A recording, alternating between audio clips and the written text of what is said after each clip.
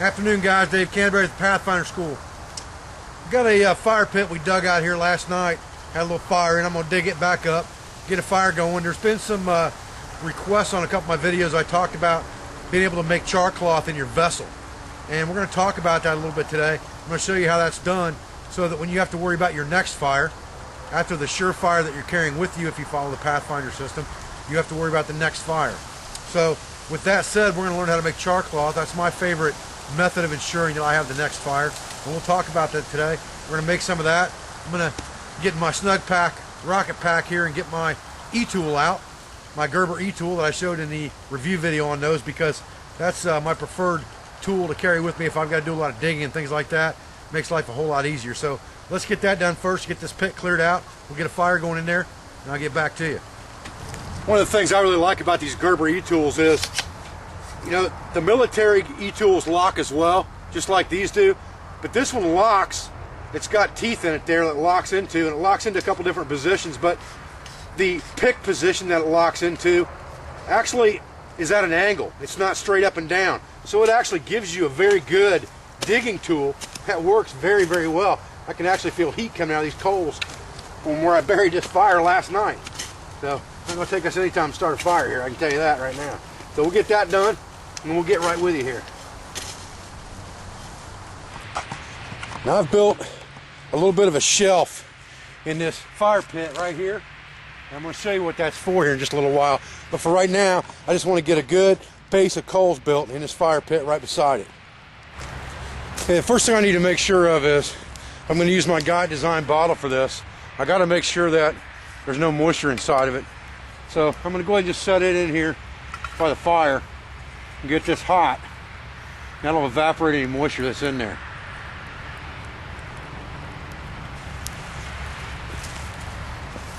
On my bottle here and see that it's pretty much dried out now.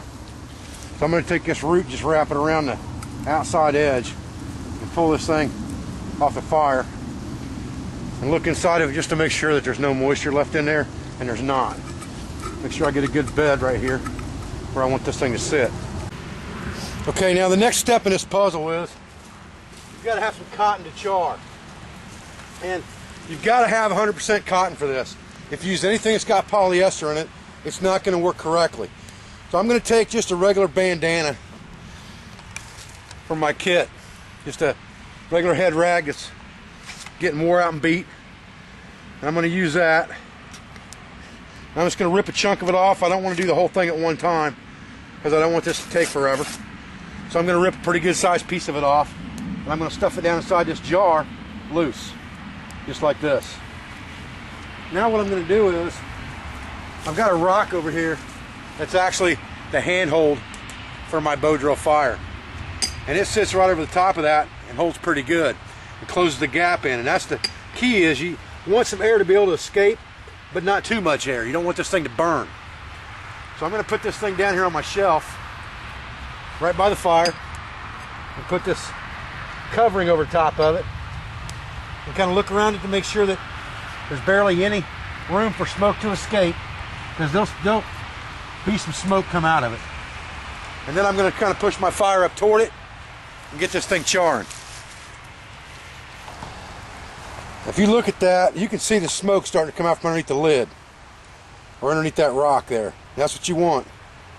And when the smoke stops rolling, you should have char cloth. We'll check it out here in a couple minutes and see. Okay, you can see we got very little smoke coming out from underneath that rock now. It's not pouring out of there like it was, so we ought to be getting pretty close to being done. We'll pull that thing off the fire and take a look at it here in just a second. Alright guys, we got a pretty good fire going in our pit now, right outside our shelter here. You can see shelter's right there. There's a little overhang we built yesterday. Fire pit's right outside of that. So, had to warm us up easy enough. I'm going to get my handmade special rake I made to rake up leaves with. I had a comment about that yesterday, asking me why I didn't make a broom. I didn't show you guys the rake I made for gathering debris, but I'll show you that in just a minute. Okay, this is my rake I've been using to gather my debris. You can see it piles this stuff up pretty quick and pretty easy. And you can improve on this. This was just a quick and down and dirty thing. I cut with my machete for collecting all this stuff up with. And I use it to clean up around my camp and stuff, get the debris out from around my shelter, you know, keep it back away from the fire so that my shelter doesn't catch fire and things like that. Just like that. It looks pretty good. Just a quick, simple tool that you can make and keep around to use for this kind of stuff. Okay, now we've pulled our container off the fire here, and we're just going to let it cool down for a few minutes. Okay, this piece is not completely charred. You can see it's still got some green fabric right there, but there's some big charred areas in here. And for sake of purpose in this lesson, I'm going to pull a chunk of this out of here and lay it down here and throw a couple sparks on it and show you how it works. I'm just going to use my ferro rod here and my Pathfinder knife. There you go. You can see that thing is burning. Okay? So we've got charred cloth. And that is how we're going to start our next fire. All we have to do is put that somewhere where it's not going to get damp in our backpack.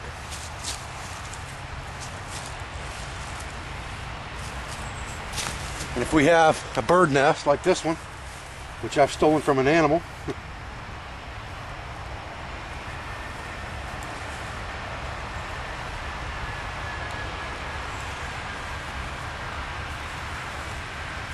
we have fire. Okay? And before I leave campsites, guys, especially one that I plan on keeping, I have a fire this close to my shelter, I'll bury my fires, because I can always come back and dig that pit right back up and start another fire in it. But this is just the safest way to do things if you're going to leave your camp. Well, I hope you guys enjoyed this video today on making char cloth in your vessel. One thing that I kind of wanted to bring up at the end of this video, just a side note here. Some people may ask, you know, what do you need a char cloth for if you have a ferro rod? Because there's plenty of things out there that will light up with a ferro rod. And you're right about that. But there's been a lot of times I've been in the woods and I thought something would light up right away with a ferro rod, and I had to strike it 20, 30, 40 times to get flame, to get that material to combust. And that's not what I want. I want to conserve my resources. So if I can make a little bit of char cloth out of a half of a rag, that will last me 15, 20, 30 fires, and all it takes is one strike of that ferro rod on a good piece of char cloth and a good bird nest, and I've got fire. So conserving resources is just as important as what you pack and carry. You have to conserve the resources that you are packing and carrying.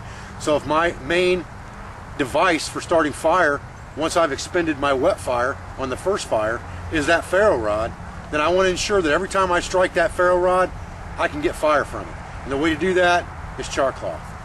Food for thought. I'm Dave Canterbury with the Pathfinder School. I thank you very much for watching my videos, and I appreciate your support. Thank you very much.